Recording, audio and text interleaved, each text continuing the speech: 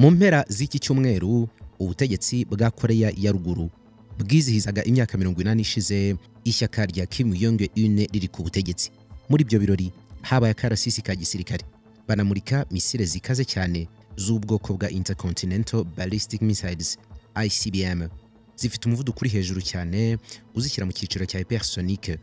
Ni impano abo mu ishyaka rya Workers Party of Korea bahisemo guha umutegetsi wabo, ariko nanone ni nagasopo uyu mutegetsi yatangaga ku banzi ba Korea nk'uko muza kubyumva mu butumwa bwe. Misile za Hwasong 11 na Hwasong 20 n'izindi nk'izo ngizo ziri mu cyiciro cy'intwaro z'ingenzi zikorana n'iza kirimbuzi zibitse hirya no hino muri Korea ya ruguru. Ni ibirori by'urusobe rwa karasisi ka gisirikare kabereye mu mbuga ngari yitwa Kim Il-sung Square, iherereye mu murwa mukuru Pyongyang rwagati. Kim yaragaragiwe n'abayobozi bo ku rwego rwo hejuru baturutse mu bihugu bisangirangendo birimo nk'Uburusiya, Ubushinwa, Vietnam na Laos. Kim yahavugiye ijambo ry'akaminuramuhini ryo kwikomanga mu gatuza, avuga yuko uzamuzamuraho umutwe azawumena, agahanga kabyimbye akagaturitsa. Ngo burya ntabwo ari buno. Ijambo rye ryibanze ku gisirikare, ryibanda ku ishyaka, intambara zo gushinga iki gihugu ndetse n'abakurambere b'intwari bashushanyije inzira y'impinduramatwara ishingiye kuri socialisme. Yashimangiye yuko iri shyaka rizagumaho mu myaka amagana iri imbere. Avuga ku Buyapani, ariko ntiyigeze avuga ijambo Amerika cyangwa se Korea y'Epfo. Nubwo atabavuze mu mazina byeruye, yababwiye akoresheje indi nyurabwenge. Ijambo rye ryose hamwe n'amakuru y'ingenzi kuri izi misile bamuritse tugiye kubigarukaho hakuri Gentil Gedeon Official. Guhaye ikaze. Bwira inshuti yawe cyangwa umuvandimwe ko mu minsi 7 gusa uzatangira kubona impinduka. Utizihe mpinduka rero? Ikigo Zirumuze cyita ku buzima hakoreshejwe produits z'umwimerere zikomoka mu gihugu imbere no hanze yacyo, barimo baravura indwara ya amibe ku buryo mu minsi 7 gusa ushobora gutangira gutanga ubuhamya bw'impinduka kuri wowe. Batanga produits zifasha abantu bafite umubyibuho ukabije, kuvura infection z'abagore, umuvuduko w'amaraso, igicuri, indwara zo mu nda, prostate, umutwe udakira, diabete n'izindi. Ikigo cya Zirumuze giherereye ku Muhima mu mujyi wa Kigali, hakurya y'umurenge wa Muhima La Flècheur. Bakagira n'ishami i Musanze hafi y'isoko ry'ibiribwa haruguru ya Wasake. Abari mu ntara zitandukanye z'u Rwanda, produits zacu zibageraho kuri kuriye hirya no hino aho muri. Naho mu mahanga nk'Amerika n'Uburayi tubagezaho produits zacu mu minsi 3 gusa dukoresheje DHL.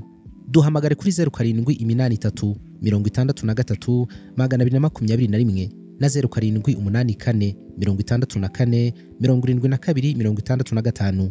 Zirumuze nicyo gisubizo ku buzima bwawe. Ni ibirori byabaye nyuma y'ukwezi kumwe gusa Kim Jong-un ateye intambwe ikomeye cyane ku rwego mpuzamahanga, ubwo akoreraga urugendo i Beijing mu Bushinwa mu karasisi ka gisirikare kari kagamije kwizihiza imyaka 80 ishize Ubuyapani butsinzwe intambara ya kabiri y'isi. Ni nabyo byatumye Ubushinwa bubona ubwigenge kubera ko bwari bukoronijwe n'Ubuyapani.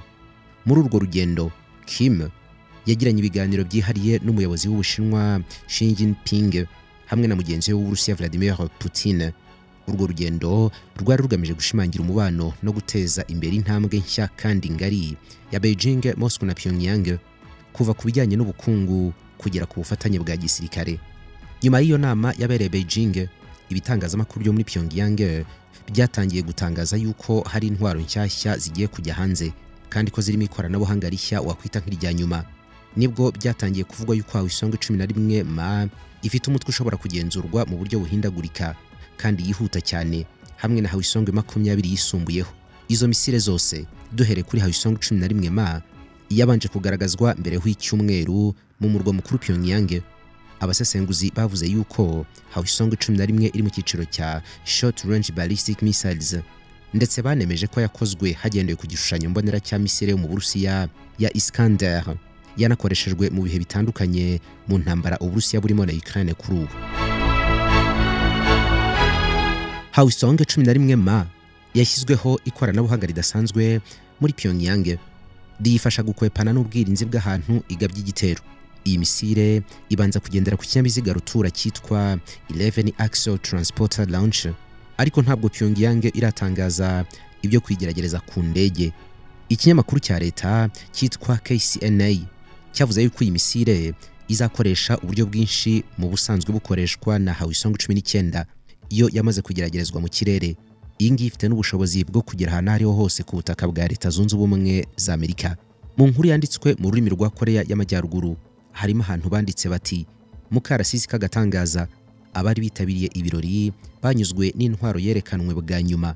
Abaturage batashywe n'ibyishimo hamwe n'ishema ubwo babonaga ikinyabiziga gitwaye misile ya Hwasong 20. Ni misile yikorera imitwe y'intwaro za kirimbuzi. Ni ingufu z'igihugu cyacu. Iyo misile yakomewe amashyi bidasanzwe kubera yuko amakuru y'aka karasisi yari amaze iminsi avugwa. Abo mu burengerazuba bw'isi bari bafite amatsiko yo kuyibona ngo barebe ukuntu uko bayisesenguraga byaba ari ukuri. Iyi ngiyi iyo yaje ku kinyabiziga cya Cheonma 20, ariko bigaragara yuko cyavuguruwe ugereranyije nuko cyari kimeze ubwo cyamurikwaga mu 2020. Abo mu burengerazuba basobanura Hwasong 20 nka misile igezweho cyane, iri mu cyiciro cya ICBM Next Generation. ICBM ni bya bindi byambukiranya imigabane, Intercontinental Ballistic Missiles. Imibare imaze kujya hanze igaragaza yuko iyi misile ifite ubushobozi bwo kugenda intera y'ibirometero 15,000, bivuze yuko ishobora kugera ku butaka bwose bwa Leta Zunze Ubumwe za Amerika.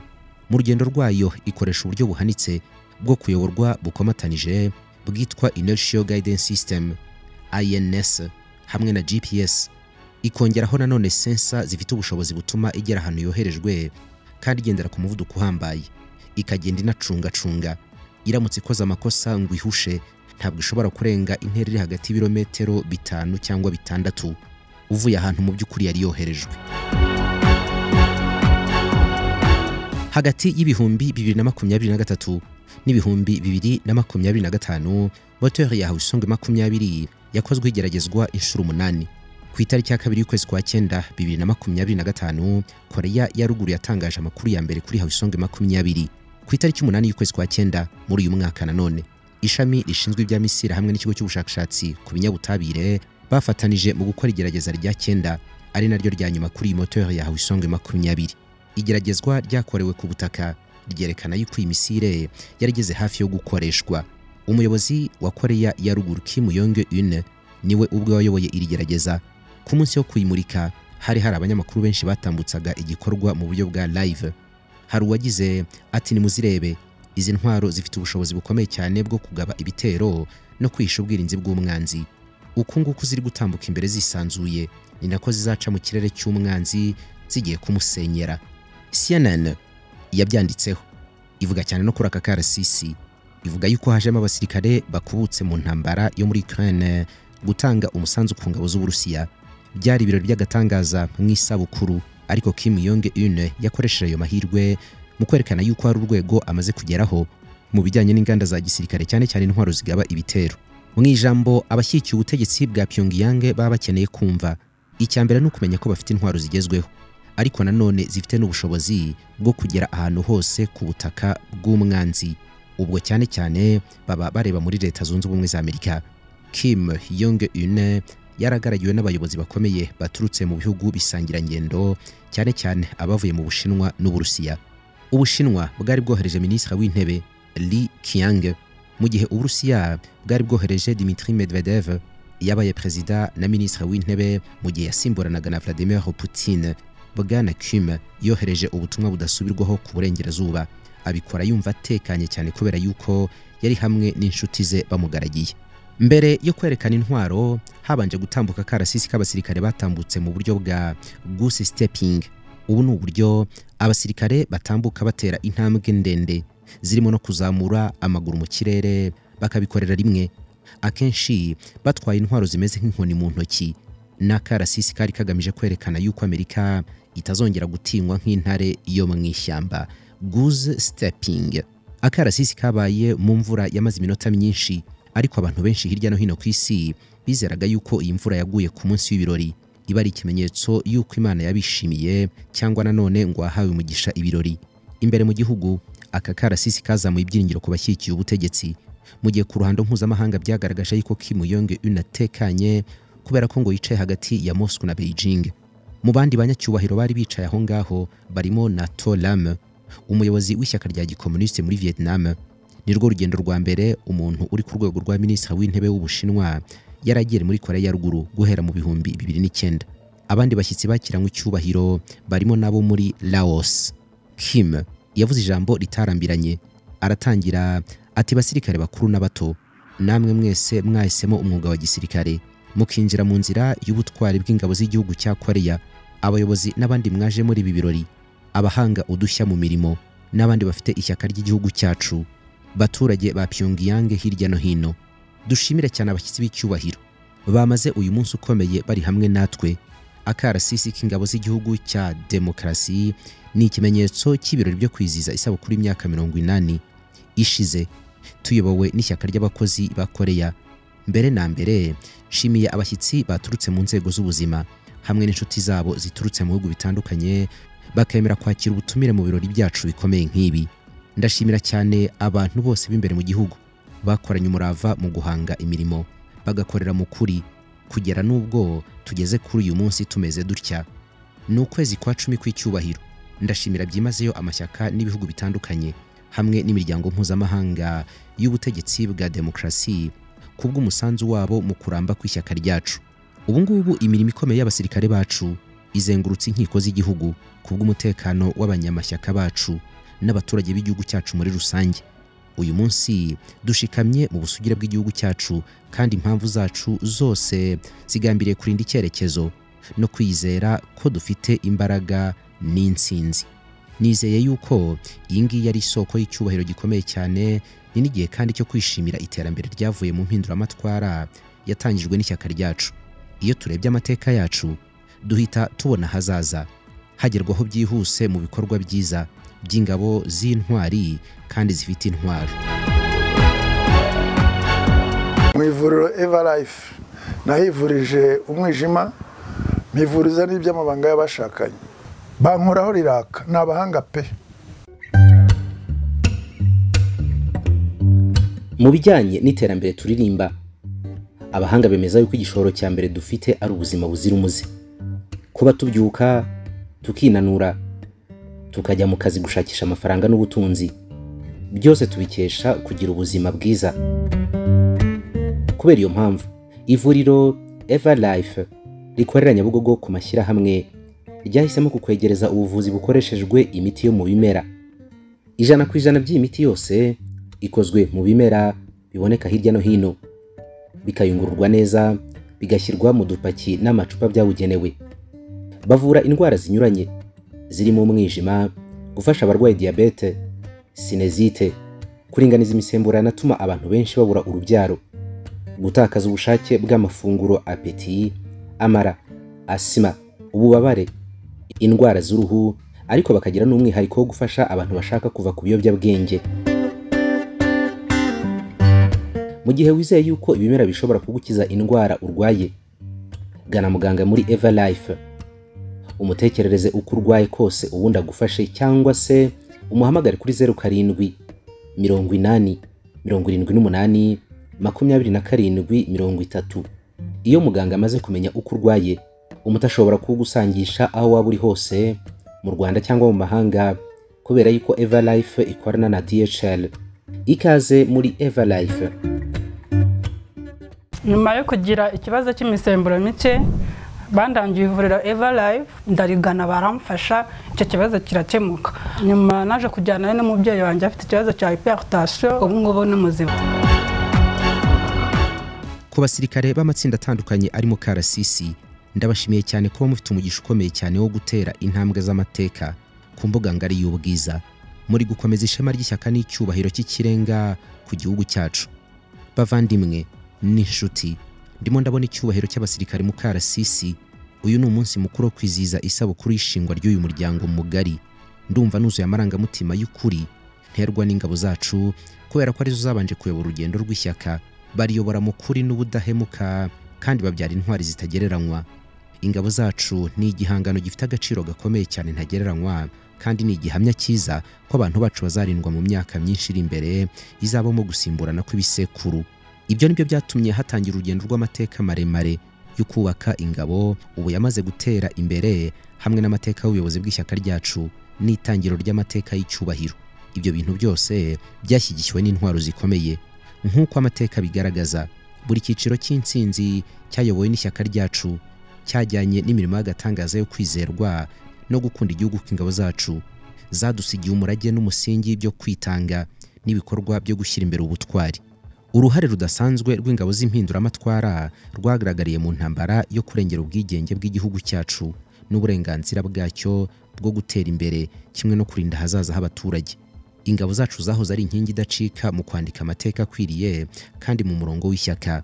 Nibo mbaraga zikomeye cyane zasunitse impinduramatwara ya Korea tugana mu gutera imbere mu cyerekezo kimwe cyashushanyijwe n'ishyaka. Izi ntwari n'ibikorwa byazo bidasanzwe byadufashije kwesa umuhigo mu ntambara y'amaraso ubwo ahazaza hacu hari hagati y'urupfu no gukira. Ubushobozi bw'ingabo zacu bwo guhangana n'umwanzi bwarushijeho gukomera uko iminsi yagendaga ishira indi gataha. Umutima w'ubushake bwo kurinda inama nkuru y'ishyaka ryacu ntabwo wahindutse. Ingabo zacu zihora zibungabunga umuco wihariye wo gushyigikira intego z'ishyaka mu murongo w'ibikorwa byo guhanga udushya ndetse no gutera imbere. Nta wundi mufatanyabikorwa mu gihugu cyacu ushobora kugereranywa n'ingabo. Muri iki gihe cyo kwishimira ibyagezweho dushobora kuvuga dushikamye yuko ingabo z'igihugu ari inkingi ikomeye cyane y'ishyaka mu byiciro byose. Ikindi dushobora kuvuga nuko dufite icyizere kandi nuko umutima ukomeye cyane w'ingabo zacu ari uwo gushyigikira intego z'ishyaka kandi umusaruro ugaragara ku rwego rufatika aho ibihe bigenda bihinduka.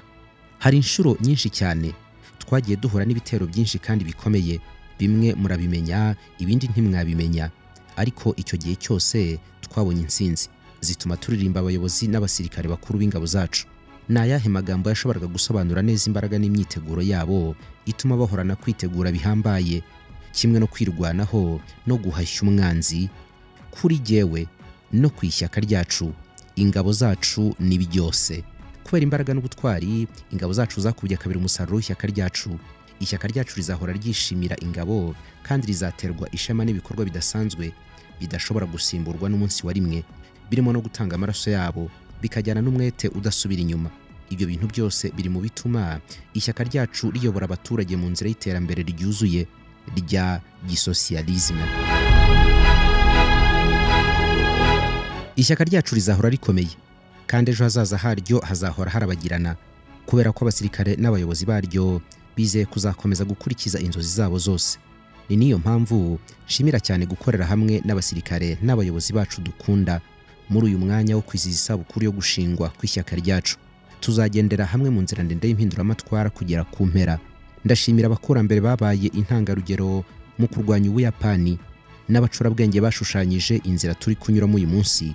Nkuriye ingofero abayobozi b'ingabo n'abasirikare bose kuri uyu munsi w'indashyikirwa kubera ko bakoze byose kandi barakora cyane kugira ngo haboneke iki gihe cyo kwizihiza ibirori, bakubaka imipaka itajegajega, bakarinda abaturage, bakarenzaho imirimo y'iterambere. Birumvikana yuko inzira itazaba yoroshye nk'ibisanzwe, ariko no mu gihe kiri imbere ishyaka ryacu rizakomeza gushingira cyane ku ngabo z'abaturage mu rugendo ruzashimangira intsinzi ku gihugu no ku baturage. Ingabo zacu zigomba gukomeza kwishimira icyubahiro cyazo nk'uko biri kugenda uyu munsi, aho zigendana ibitekerezo n'ubushake bw'ishyaka ku mutima. Niyo mpamvu twebwe tutazajya dutsindwa. Murinda ubwigenge bw'igihugu cyacu, mukarengera umutekano n'inyungu z'abaturage. Niyo nshingano nyamukuru y'ishyaka. Mfashe uyu mwanya ngo nemeze ko ishyaka ryacu, leta y'igihugu cyacu hamwe n'ingabo z'igihugu bazakomeza kuba ibihangange kandi ko bazaguma kurengera impinduramatwara mu gihe kizaza. Tuzahangana n'akarengane n'ubutegetsi bw'igitugu mu rugamba rwo kurengera ubutabera n'amahoro. Abagize ishyaka ryacu bose n'ingabo z'impinduramatwara bavuye mu baturage kandi intego zacu zibereyeho abaturage n'inyungu zabo. Ubu tuvugana abaturage bose mu gihugu bose badushyizeho ibitekerezo byabo kandi bahanze amaso ibiri kubera kuri iki kibuga ahari kubera umuhango ukomeye gutya. Batwitezeho intsinzi ikomeye cyane n'impinduka.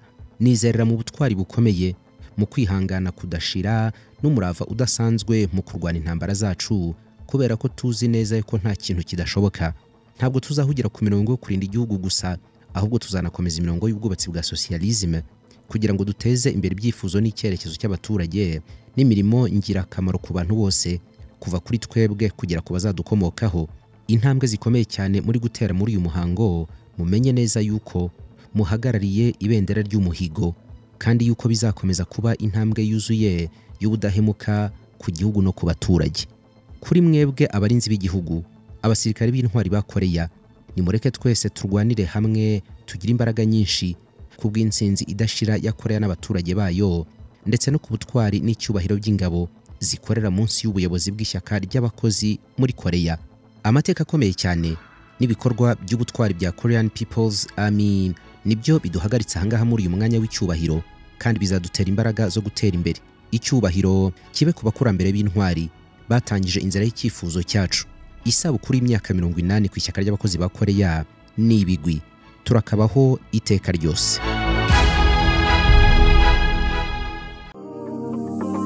Buri murabyo wose ubonye si ko ari impuruza y'inkuba zikangaranya ibicu, hariho n'imirabyo yahariwe kuba ari inkuru. Niko dukora muri GGO Pictures. Twizera yuko uko ibirori byaryoha kose, uko inama yabingira akamaro kose, nuko iminsi mikuru yakwizira abatumirwa uko ariko kose, inkuru irambuye izabarwa n'urwibutso rw'amashusho meza wasigaranye. Ukuri nuko nta foto nta cyabaye. Ufite ubukwe, iminsi mikuru, inama cyangwa amahugurwa, kandi ukeneye amafoto, amashusho, service za live streaming, ndetse nibara nkuru rya nyaryo documentaire. Korana n'abanyamwuga tuguhe service kugiye kandi wishimiye. Bika urwibutso mu mashusho nibara nkuru rya nyaryo mu birori byawe, bibe umutungo udasaza kubera ko amarangamutima azagusaba kuyasubiza mu hahise. Karibu muri GGO Pictures, tuguhe service zose zijyanye n'amashusho. Kubera ko nta foto nta cyabaye, duhamagare kuri 0782 320 996. Muri GGO Pictures hari imirabyo yahariwe kuba ari inkuru zihariye.